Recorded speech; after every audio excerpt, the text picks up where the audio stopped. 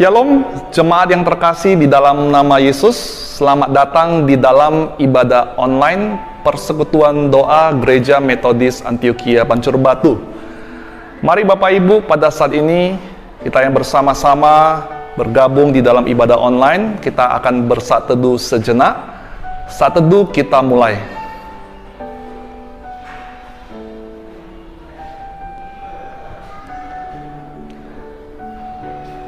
Saat teduh selesai.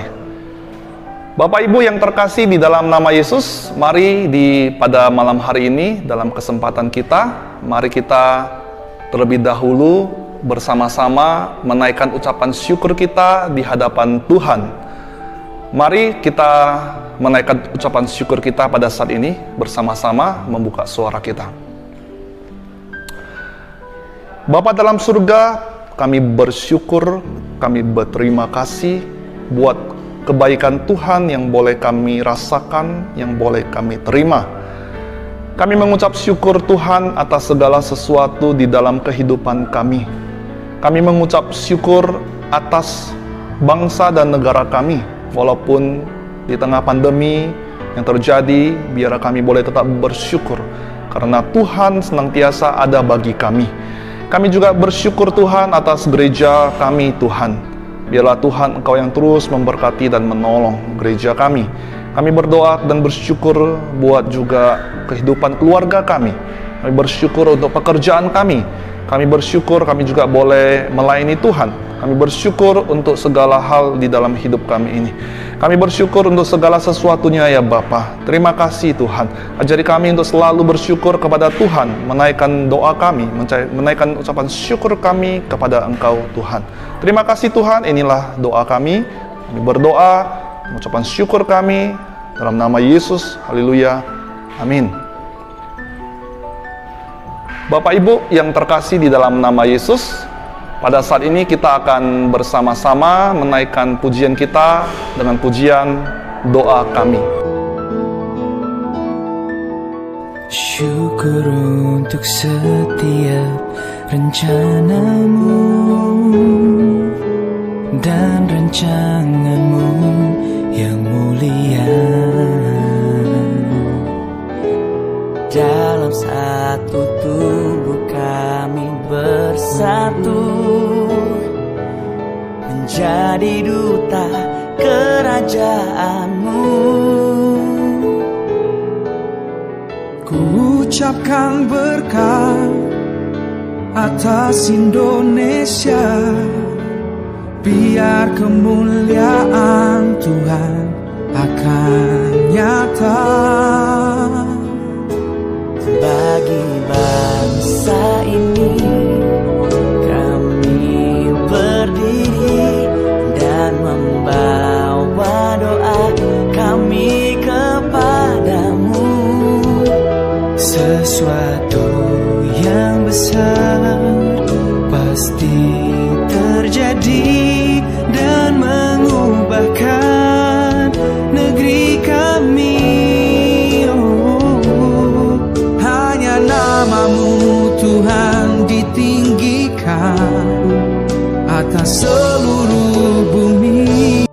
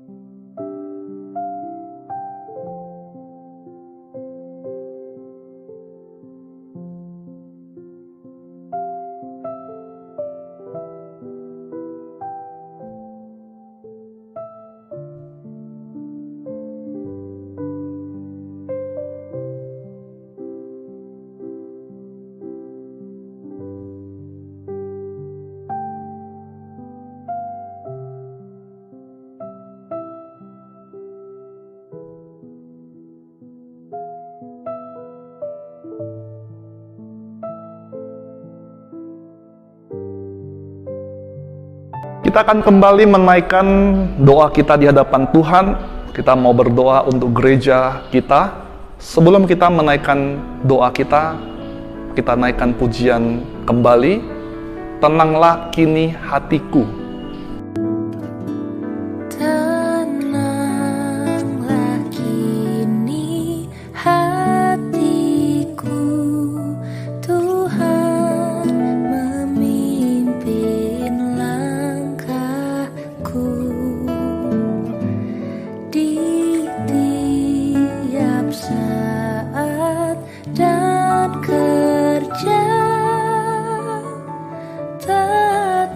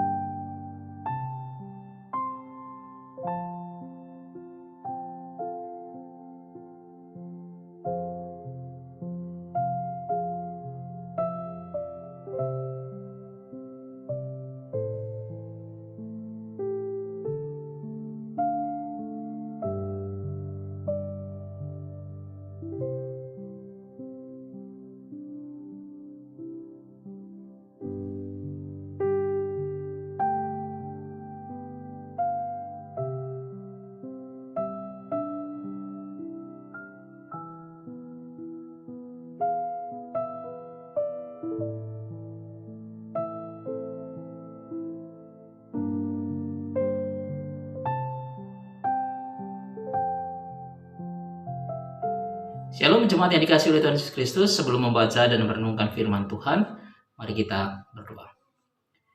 Bapa di surga, terima kasih malam hari ini kami boleh diberi kesempatan lagi untuk kami belajar firman Tuhan. Kami mohon Roh Allah yang akan bekerja, berbicara dalam hati kami, menerangi hati kami, membuat kami memahami kebenaran firman Tuhan, dan memampukan kami juga untuk menerapkan firman Tuhan itu secara praktis, secara nyata dalam kehidupan kami tiap-tiap hari. Berfirmanlah kepada kami ya Tuhan, kami anak-anak-Mu siap mendengarkannya. Di dalam nama Tuhan kami Yesus Kristus kami berdoa. Amin. Bagian firman Tuhan yang akan kita baca pada malam hari ini kita ambil dari Roma pasal yang ketiga. Roma pasal 3 ayat 1 sampai ayatnya yang ke-20. Saya hanya bacakan beberapa bagian firman Tuhan dari Roma pasal 3 ayat 1 sampai 20. Firman Tuhan berkata, "Jika demikian, apakah kelebihan orang Yahudi dan apakah gunanya sunat? Banyak sekali dan di dalam segala hal. Pertama-tama, sebab kepada merekalah dipercayakan firman Allah."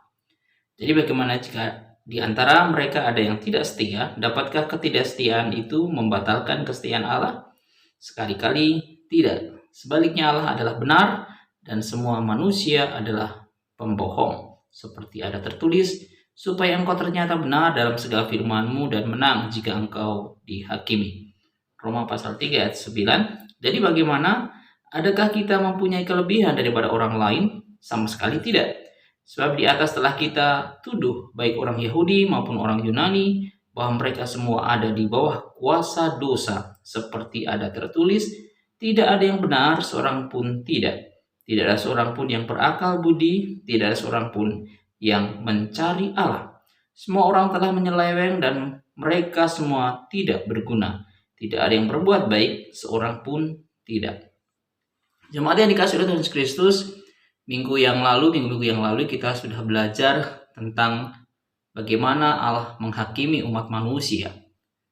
Dan kita juga belajar bahwa semua manusia berdosa dan tidak ada satupun kebaikan yang dari dalam diri manusia yang bisa membuat manusia diselamatkan atas usahanya sendiri.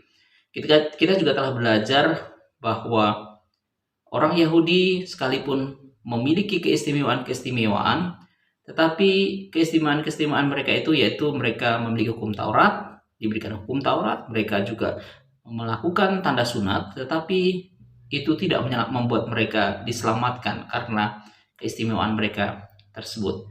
Nah, malam hari ini kita juga mau mempelajari bahwa meskipun orang Yahudi memiliki keistimewaan-keistimewaan dan kemudian keistimewaan itu tidak membawa keselamatan atas diri mereka, atas hidup mereka dengan semua yang telah mereka lakukan, bahkan usaha mereka untuk mentaati hukum Taurat. Lalu pada bagian firman Tuhan ini kita mencoba belajar dari pernyataan Rasul Paulus. Jika sunat itu tidak menyelamatkan orang Yahudi, jika memiliki hukum Taurat itu tidak menyelamatkan orang Yahudi, lalu apakah artinya menjadi orang Yahudi? Apa untungnya menjadi orang Yahudi?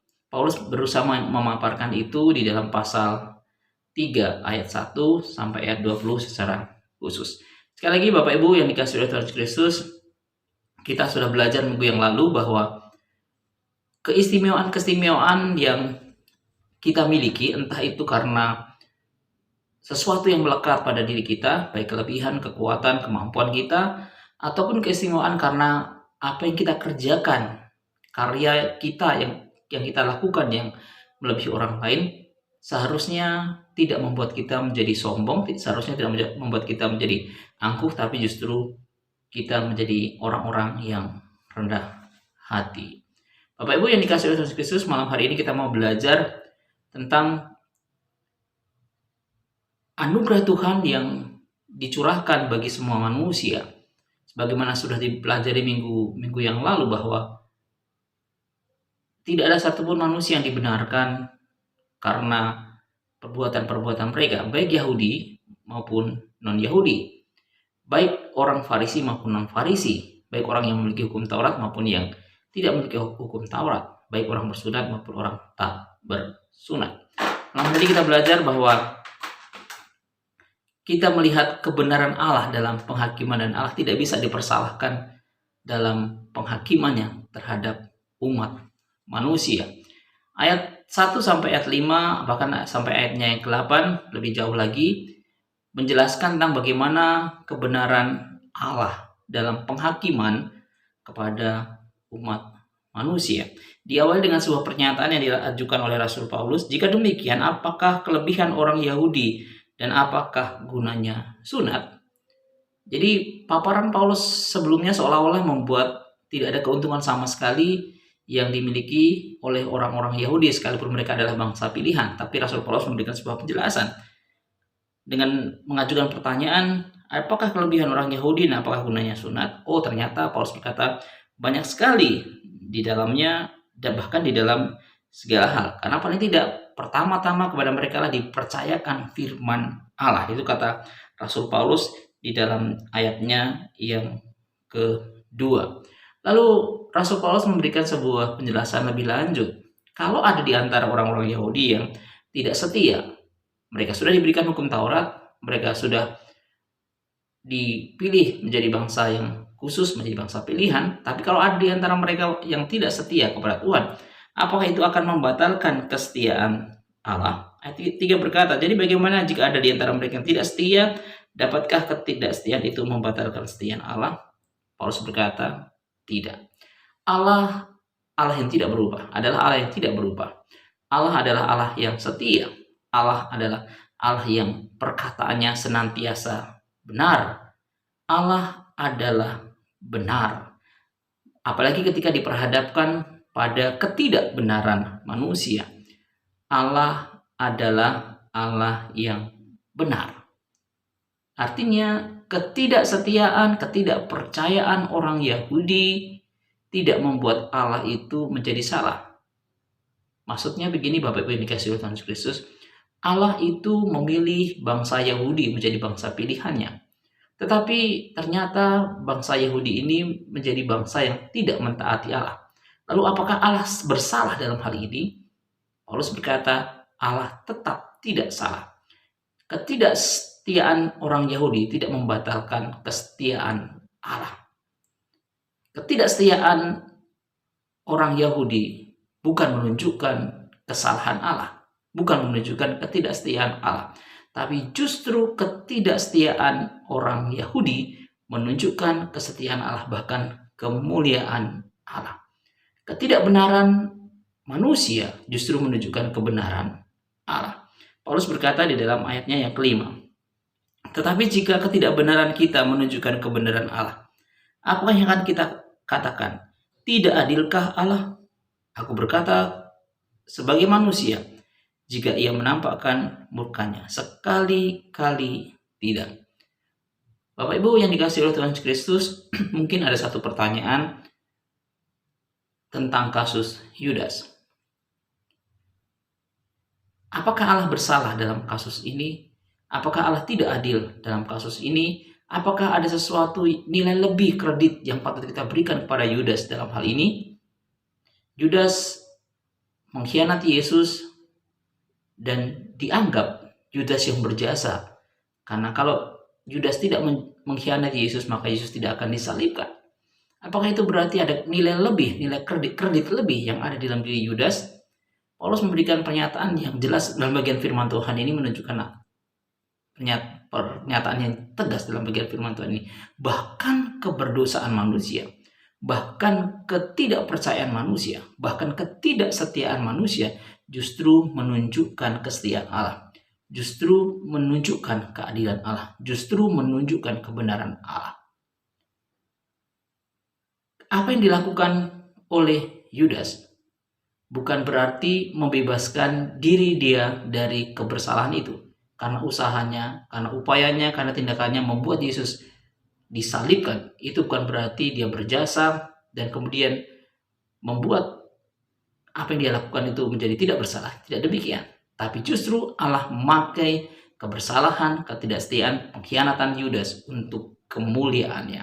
Ini yang dimaksudkan oleh Rasul Paulus dalam bagian firman Tuhan ini. Tidak adilkah Allah jika ia menampakkan murkanya? Allah tetap Allah yang adil, Allah tetap adalah Allah yang setia.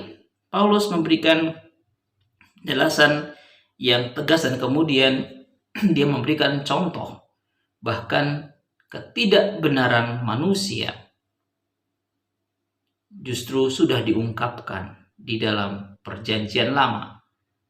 Ayat 9-20 menunjukkan ketidakbenaran manusia, kedosaan manusia yang diungkapkan dalam Perjanjian Lama dalam kitab Mazmur, kutipan-kutipan dalam kitab Mazmur yang diambil oleh Rasul Paulus memberikan penjelasan bahwa apa yang dinyatakan semua manusia telah berbuat dosa dan telah kehilangan kemuliaan Allah, dan itu dinyatakan dalam Perjanjian Lama.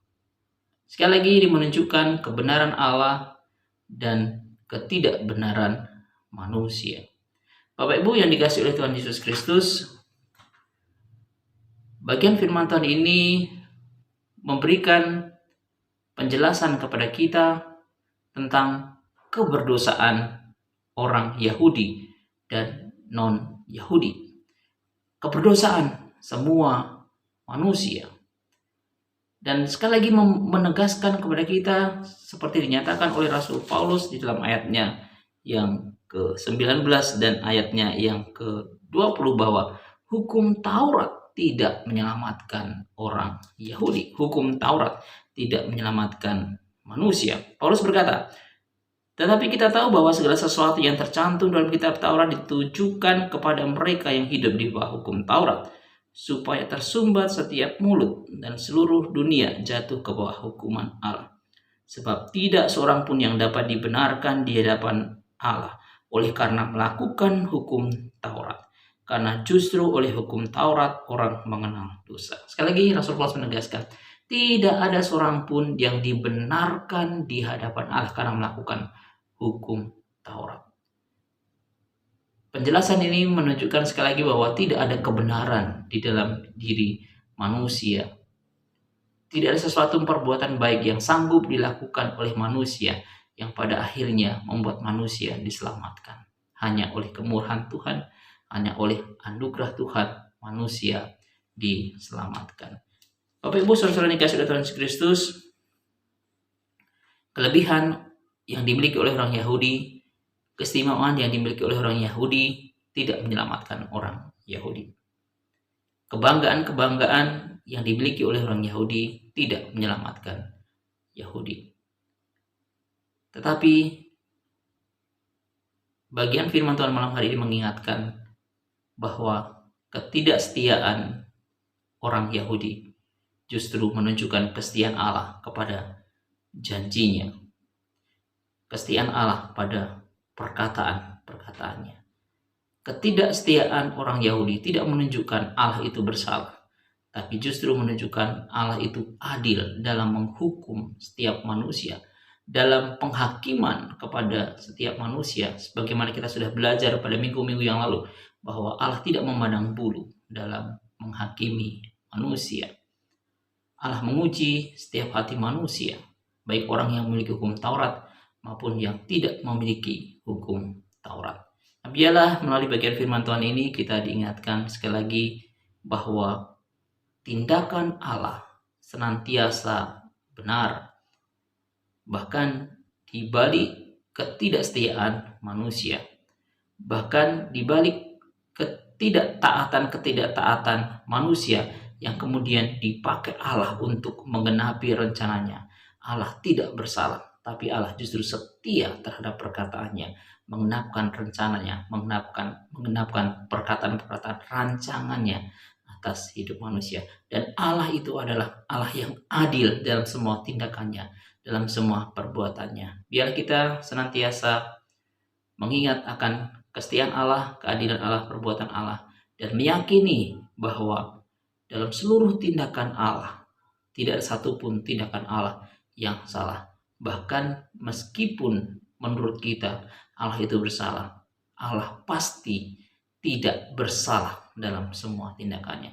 Bahkan dalam semua peristiwa yang terjadi dalam kehidupan kita, yang kita simpulkan Allah itu tidak adil, Allah itu tidak benar, Allah senantiasa benar dan Allah itu pasti benar. Allah senantiasa adil dan Allah itu pasti adil. Mari kita menyadarkan hidup kita pada kebenaran Allah. Kita menyadarkan hidup kita pada keadilan Allah. Kiranya Tuhan sendiri akan menolong kita, memberkati kita melalui firman Tuhan pada malam hari ini. Amin. Mari kita berdoa. Bapa di surga, kami berterima kasih malam hari ini kami sudah mendengar firman Tuhan. Tuhan, kami terbatas. Kami mohon supaya Roh Allah yang tidak terbatas itu mengajari kami semakin mengerti, memahami kebenaran firman Tuhan, dan memampukan kami untuk melakukan firman Tuhan itu dalam kehidupan kami tiap-tiap hari. Terima kasih Tuhan, di dalam nama Tuhan kami Yesus Kristus kami berdoa. Amin. Kita mengakhiri persekutuan doa kita malam hari ini dengan mengucapkan doa Bapa kami bersama-sama. Kita berdoa. Bapa kami yang di surga, dikuduskanlah namamu, datanglah kerajaanmu, jadilah kehendak-mu di bumi seperti di surga. Berikanlah kami pada hari ini makan kami yang secukupnya, dan ampunilah kami akan kesalahan kami, seperti kami juga mengampuni orang yang bersalah kepada kami. Dan janganlah membawa kami ke dalam pencobaan, tetapi lepaskanlah kami daripada yang jahat. Karena Engkau yang punya kerajaan dan kuasa dan kemuliaan sampai selama-lamanya. Amin. Arahkan hatimu kepada Tuhan dan terimalah berkat-Nya. Anugerah Tuhan Yesus Kristus, kasih sayang Allah Bapa dalam persekutuan dengan Roh Kudus kiranya menyertai kamu hari ini sampai selama-lamanya. Amin.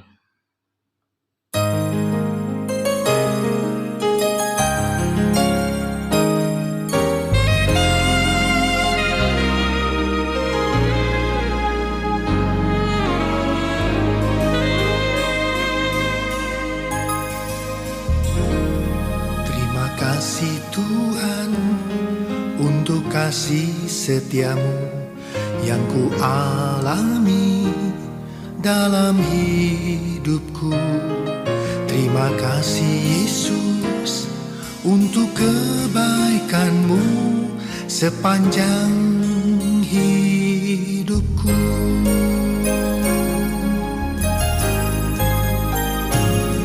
Terima kasih Tuhan untuk kasih setiamu yang ku alami dalam hidupku. Terima kasih Yesus untuk kebaikan-Mu sepanjang